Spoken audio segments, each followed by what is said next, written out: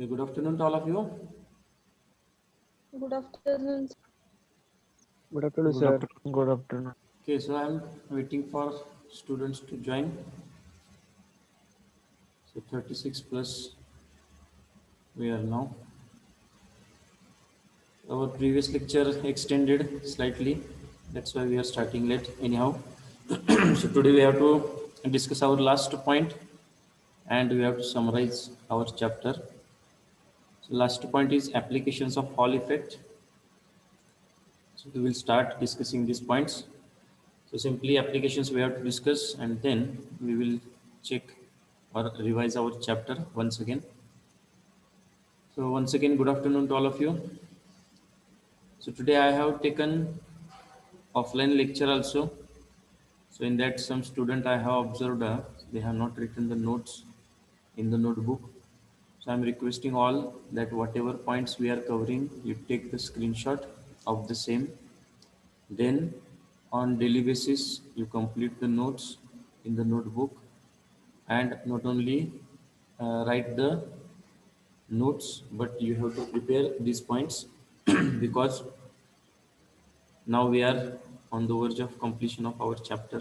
We have to take chapter wise test based on this. So regarding that also, I will give some instructions to you.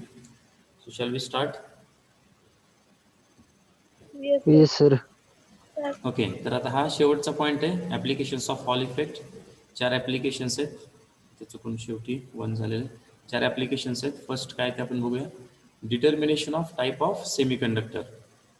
For n-type semiconductor, the Hall coefficient is negative, whereas for p-type semiconductor it is positive.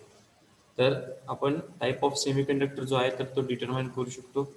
Practically आपण जेव्हा हे connect करतो आपल्याकडे hall effect setup असतो त्याच्यामध्ये आपल्याला जो hall coefficient आहे त्याची जी व्हॅल्यू आहे तर ती निगेटिव्ह येत असली तर ते एन टाईप सेमीकंडक्टरसाठी, जर पॉझिटिव्ह येत असेल तर ते पी टाईप सेमीकंडक्टरसाठी असतं.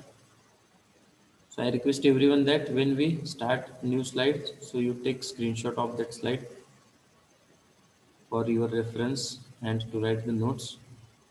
Next, determination of charge carrier concentration or carrier concentration.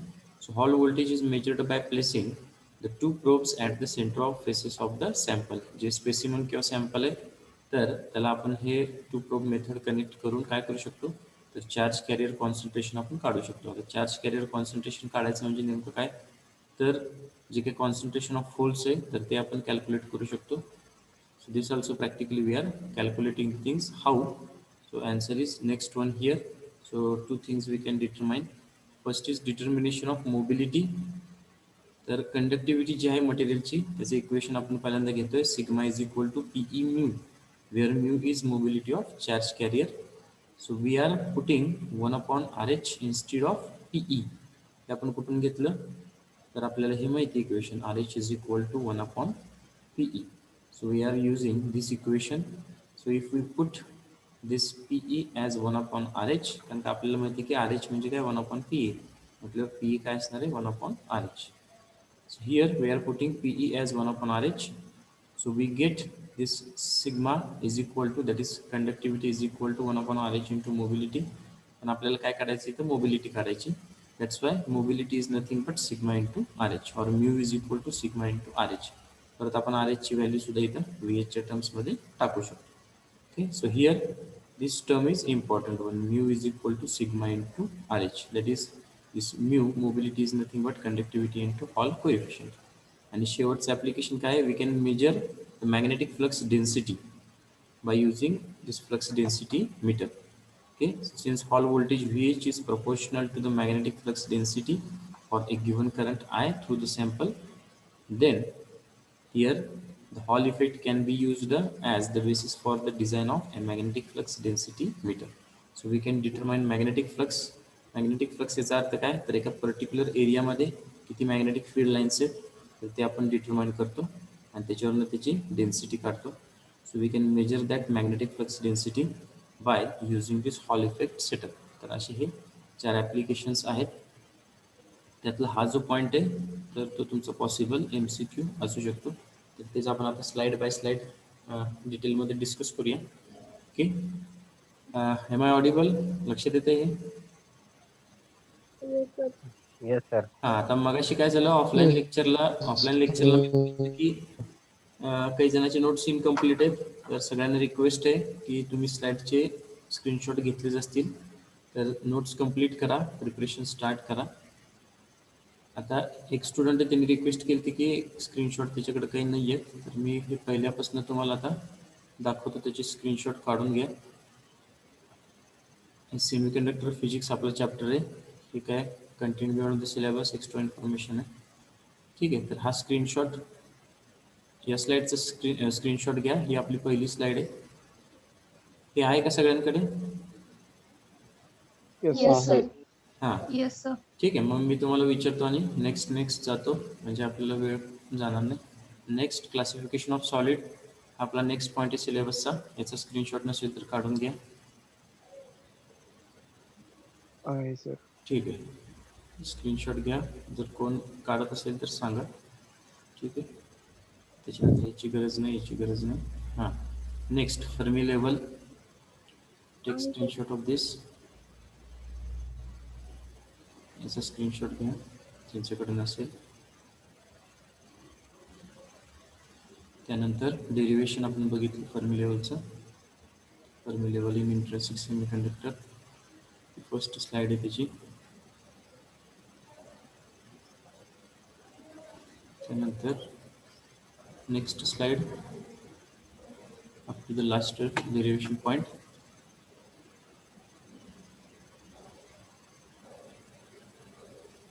घेतलंय का?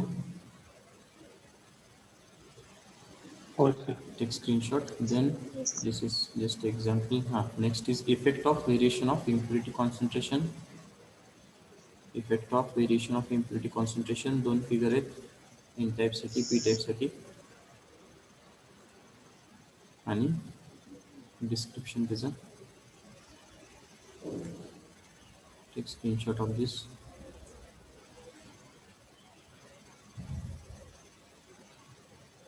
Then Hall effect derivation, first page or first slide, figure, definition of current and current density, definition of current and current density.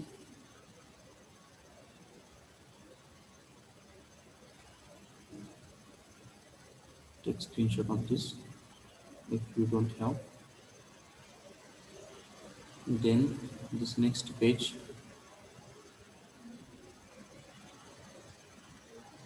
take screenshot of this.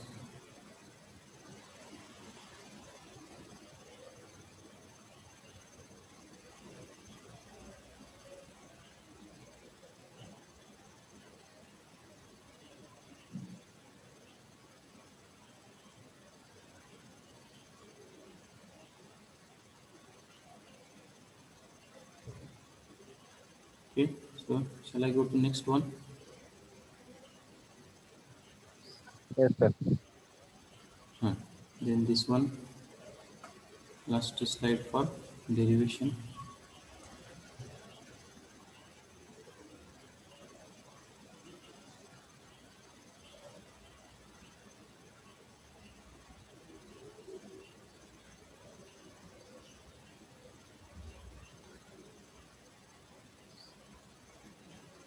And the last one is applications of Hall effect.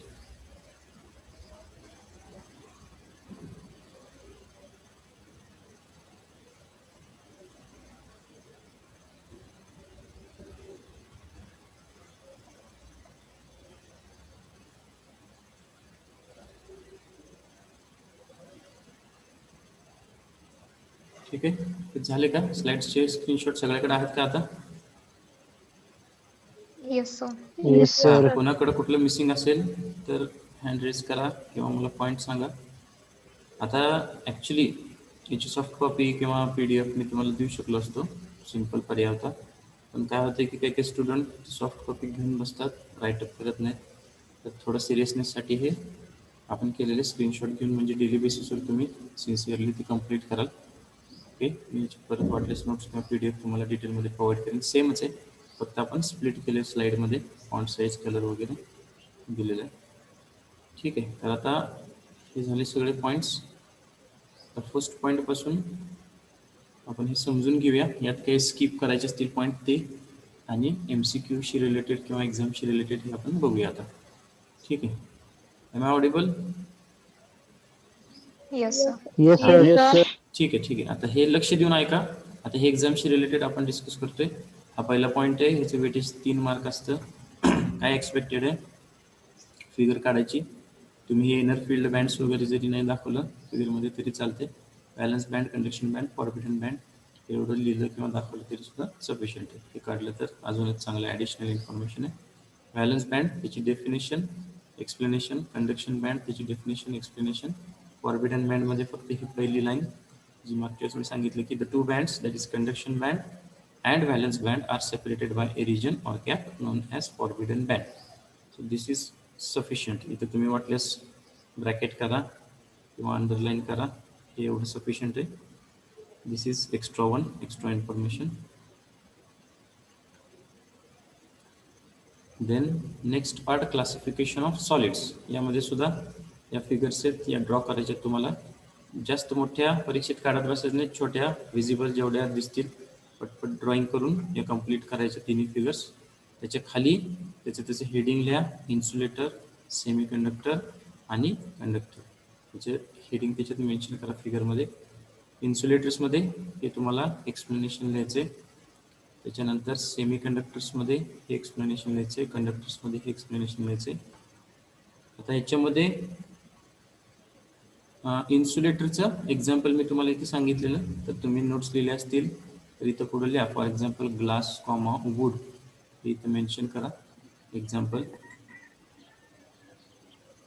त्याच्यानंतर Diamond. हां, okay. त्याच्यानंतर semiconductors ह्याच्यामध्ये सुद्धा आपण हे silicon, germanium जे सांगितलेले, तर याला अंडरलाईन करा. त्यानंतर ही जी व्हॅल्यू आहे सेमीकंडक्टरची 0.2 to 2.5 इलेक्ट्रॉन वोल्ट, याला अंडरलाईन करा. त्यानंतर इन्सुलेटरचं सुद्धा एनर्जी बँड गॅप आहे 5 to 10 इलेक्ट्रॉन वोल्ट, याला अंडरलाईन करा. हे सगळे तुमचे पॉसिबल MCQs असू शकतात. आपल्याला ते डिस्कस करायचेच आहेत वन बाय वन. पण नोट्समध्ये सुद्धा तुम्ही अंडरलाईन केलं तर तुम्ही त्या वेळेसच ते प्रिपेअर करा चांगल्या पद्धतीने. ठीक आहे. तर हे एक्सपेक्टेड आहे परीक्षेत. हा सुद्धा 3 मार्काचा क्वेश्चन आहे. 3 फिगर, इन्सुलेटर, सेमीकंडक्टर, कंडक्टरचं एक्सप्लेनेशन. त्यानंतर फर्मी लेवल. आता याच्यामध्ये ही जी फर्मी लेवल आहे, तर हा जो पहिला पॅराग्राफ आहे यामध्ये फक्त ही तुम्ही इथे डिफाईन करू शकता की the Fermi level is a characteristic energy of the material. तर ही सिम्पल डेफिनेशन आहे. डिफाईन फर्मी लेवल म्हटलं तर तुम्ही हे लिहू शकता की Fermi level is a characteristic energy of the material. आणि इथून इन केस ऑफ म्हटलं की या फिगर्सचं एक्सप्लेनेशन स्टार्ट होतं. इंट्रेन्सिकचं घेतले आपण, त्यानंतर एन टाईप घेतले, त्यानंतर पी टाईप घेतले. तुम्ही बघू शकता in case of an intrinsic. त्याच्यानंतर when a donor impurity is added. त्याच्यानंतर similarly when an acceptor impurity is added. म्हणजे हे तुम्ही स्प्लिट करू शकता 1, 2, 3 पॉईंटमध्ये आणि याला तुम्ही लिहू शकता. त्यानंतर Fermi Dirac probability distribution function, ही सुद्धा 1 किंवा 2 मार्कालाच विचारलं जाईल. असं डिफाईन फर्मी डिरेक्ट असं म्हणून हा सेपरेट क्वेश्चन येत नाही. ठीक आहे. हा मगाशी सांगितलं तो सेपरेट क्वेश्चन आहे 3 मार्काचा. 3 मार्कामध्ये काय, 3 फिगर आणि तिन्हीच्या फर्मी लेवलचे पोझिशन हे तुम्हाला दाखवायच्यात. आता फिगर काढत असताना लक्षात ठेवा की फर्मी लेवल इथं सेंटरला आहे, पण इथं हे जे आहेत हे कंडक्शन बँडच्या जवळ दाखवा. मध्ये येईल असं दाखवू नका. इथं सुद्धा हे व्हॅलन्स बँडच्या जवळ दाखवा दोन्ही सुद्धा. ॲक्सेप्टर लेवल आणि फर्मी लेवल हे मध्ये इकडे येऊ देऊ नका. ठीक आहे. Are you getting this? Yes, sir. Yes, sir. sir. हां. त्यानंतर फर्मी डिरेक्ट डिस्ट्रीब्युशन फंक्शन हे फक्त this expression is given as function of temperature, आणि हे इक्वेशन लिहिलं तरी चालतं. याच्या खाली जे आपण लिहिलेलं आहे, ठीक आहे, तर हे ॲडिशनल आहे, एक्स्ट्रा आहे. तुम्ही फक्त ह्याचे डेफिनेशन आणि हे इक्वेशन लिहिलं तरी सुद्धा सफिशियंट आहे. आणि परत एकदा रिपीट करतो, हे काही 3 मार्काला येत नाही. एखाद्या मार्काला define Fermi Dirac distribution function आणि मग डेरिवेशन पार्ट येईल, तर त्याच्यासाठी तुम्हाला हे लिहायला लागतं. नेक्स्ट, हे जे डेरिवेशन आहे हिचं वेटेज 3 मार्क आहे. Fermi level in intrinsic semiconductor. तर इथं सुद्धा आपण ॲज्युम करतो हे लिहावं लागेल आणि त्यानंतर हे इक्वेशन्स लिहायला स्टार्ट करा. आता काही काही स्टुडंट काय करतात, डेरिवेशन आलं की फक्त इक्वेशन लिहितात. तर असं अजिबात करायचं नाही. आता तुम्ही समजा इथून स्टार्ट केलं N is equal to N C plus N V आणि शेवटपर्यंत लिहिलं, पण मध्ये मध्ये जे आपण इक्वेशनचं कम्पॅरिझन करतोय किंवा व्हॅल्यू इकडून तिकडं पुट करतोय, तर हे सगळं मेन्शन केलं पाहिजे. जर तुम्ही हे केलं नाही तर समजा एक्झामिनर जो असेल त्यानं बघितलं तर हे फक्तच डेरिवेशनमधले फक्त इक्वेशन आहेत असं म्हटलं तर अननेसेसरीली मार्क कमी होतो. तर ह्याच्यात काही नाही, मायनर स्टेप्स आहेत जे एक्सप्लेन करतात की बाबा फर्मी डिरेक्ट डिस्ट्रीब्युशन फंक्शन आहे, ही व्हॅल्यू आपण या इक्वेशनमध्ये टाकली. तर हे सगळं ॲज इट इज तुम्हाला परफेक्ट करायचं आहे. ही छोटीशी फिगर काढायची आणि ह्या स्टेप्स त्याच्यात, त्याचंसुद्धा वेटेज 3 मार्क आहे. त्यानंतर effect of variation of impurity concentration. त्याच्यामध्ये हे ॲक्च्युली 2 पार्ट आहेत, लक्षात ठेवा. हे अख्खच्या अख्खं 3 मार्काला येत नाही. फर्स्ट आहे ते एन टाईपसाठी. आता जे आपण एक्सप्लेनेशन लिहिलं आहे ते एन टाईपसाठी लिहिलेलं आहे. तसंच आपण सिमिलरली पी टाईपसाठी थोडंसं शॉर्टमध्ये केलं. तर जर पी टाईपसाठी आलं तर तुम्ही याच्याप्रमाणेच पी टाईपचं सुद्धा एक्सप्लेनेशन लिहू शकता. तुमच्याकडे याचा राईटअप आहे त्यामुळं हे सुद्धा तुम्ही त्यानुसार लिहू शकता किंवा हे लिहिलं तरी सुद्धा सफिशियंट आहे. तर याच्यानुसार हे एन टाईप सेपरेट येणार, पी टाईप सेपरेट येणार. P type N type mix येऊ शकत नाही. हे फायनल एक्झामशी रिलेटेड सांगतो मी. ठीक आहे.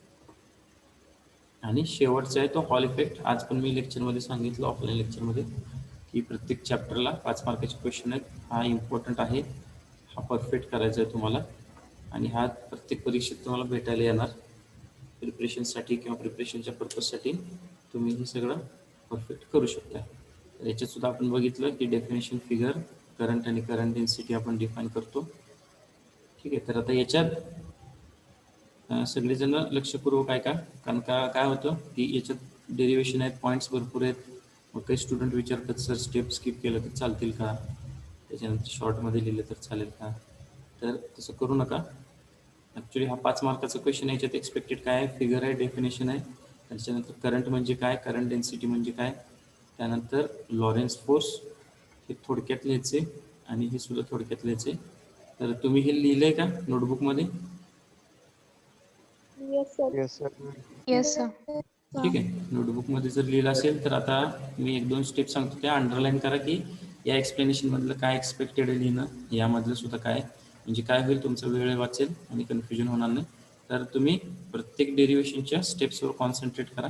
तिथलं मधलं काही सुद्धा स्किप करायचं नाही. हे जे आहे ते ॲज इट इज परफेक्टली लिहायचं, जेणेकरून तुम्हाला ते रेफरन्सला वापरता येईल. आता ही जी स्लाईड आहे ही तर ॲज इट इज आहे, यामध्ये काही सुद्धा स्किप करायचं नाही. पहिली स्लाईड आहे, यामध्ये सुद्धा डेफिनेशन आणि आपण एक्झाम्पल कन्सिडर करतोय, यात सुद्धा कुठले कुठले टर्म्स आहेत ते लिहितोय. राहिलं फक्त काय, हे एक्सप्लेनेशन. ठीक आहे. Potential difference it magnetic field आपल्याला हॉल व्होल्टेज.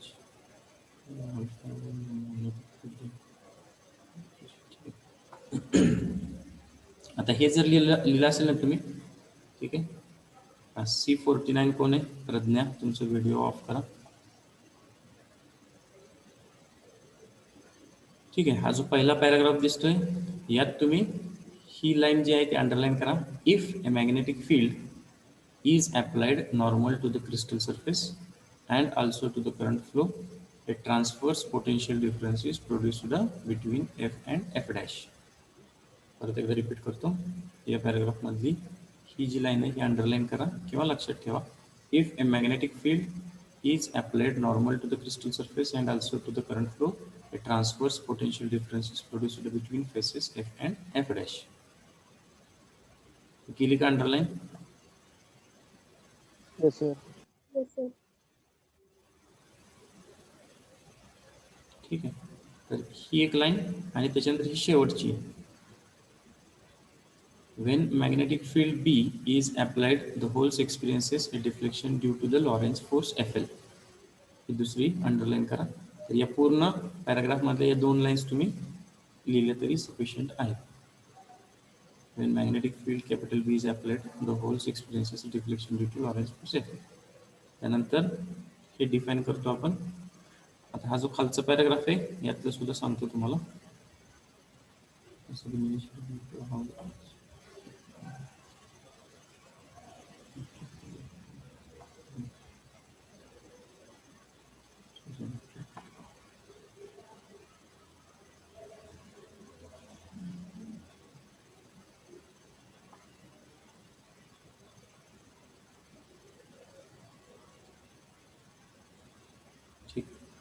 आता ह्याच्यामध्ये तुम्ही इथं काय करू शकताय, तर ही फक्त लाईन अंडरलाईन करा पहिल्यांदा की initially the material is electrically neutral everywhere. Initially the material is electrically neutral everywhere.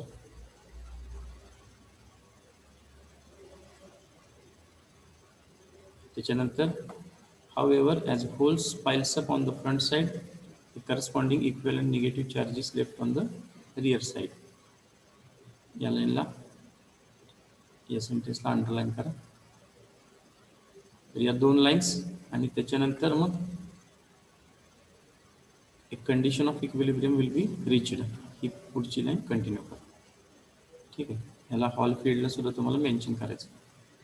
हे बाकीचे ते स्किप केलं तरी चालतं. हे लक्षात आलं का? Yes, sir. हॅलो सर, हां एक कंडिशन्स आणि इक्विलिब्रियम ते दिलायच आहे ना? हां लिहायचं की condition of equilibrium will be reached when the force F due to transverse electric field balances Lorentz force. He line लिहायची की ती महत्वाची. हा. ठीक आहे. आता हे कसं आहे, हे स्क्रीनशॉट काढून घेतला असेल, नोट्स मे बी लिहिले असतील, तर हे तुमच्या अंडरस्टँडिंगसाठी आहे. पण एवढं एक्सप्लेनेशन जे आहे, तर आता मी जेवढं सांगितलं तेवढं मोर दॅन सफिशियंट आहे. तुम्ही मेन कॉन्सन्ट्रेशन तुमच्या डेरिव्हेशन आणि डेरिव्हेशनच्या स्टेप्सवरती पाहिजे तुमचं. ठीक आहे. पण हे जे डेरिव्हेशनचे स्टेप्स आहेत ह्या अजिबात मिस करू नका किंवा स्किप करू नका. वन बाय वन या स्टेप बाय स्टेप लिहून लास्ट पॉईंटपर्यंत तुम्हाला हे लिहायचं.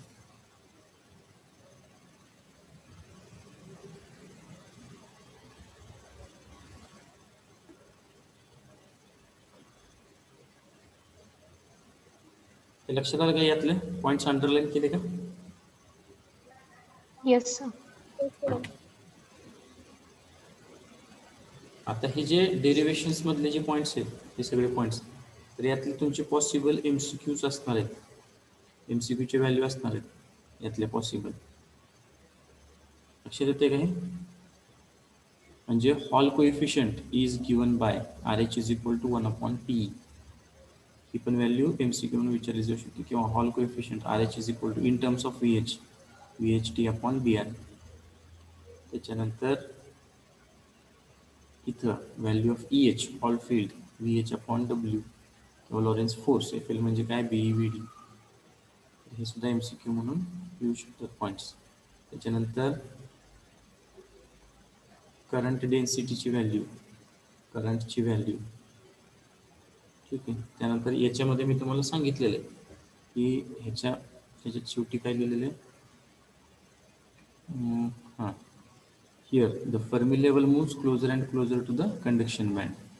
याच्यामध्ये या केसमध्ये काय असतं, N types in case of N type semiconductor as impurity concentration increases dash dash options are. तर त्यातलं करेक्ट ऑप्शन काय, Fermi level moves closer and closer to conduction band. आणि पी टाईप जर आलं, हे आधी टाईप बघा कुठले दिलेत MCQ. त्यानंतर येणार in case of P type semiconductor as impurity concentration increases Fermi level moves closer and closer to valence band. ठीक आहे. लक्षात येते हे आपण डिस्कस केले already step by step.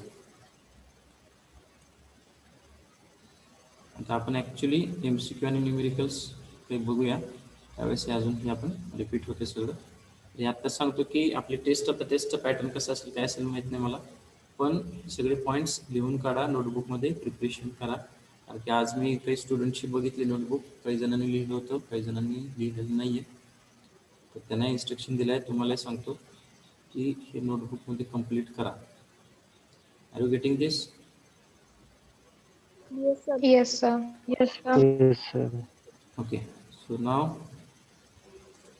we have to conclude here today. You enter your roll number in the chat box.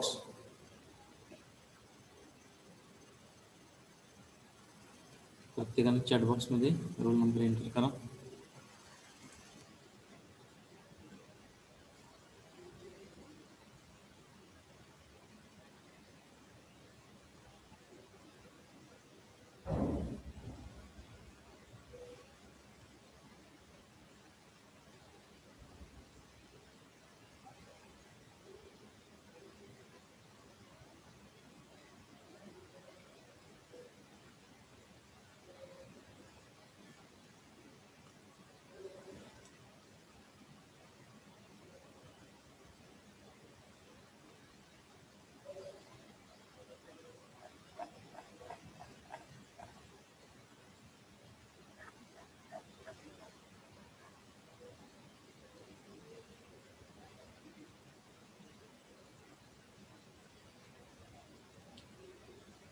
Okay, sir, due to time limit today, we are concluding slightly earlier.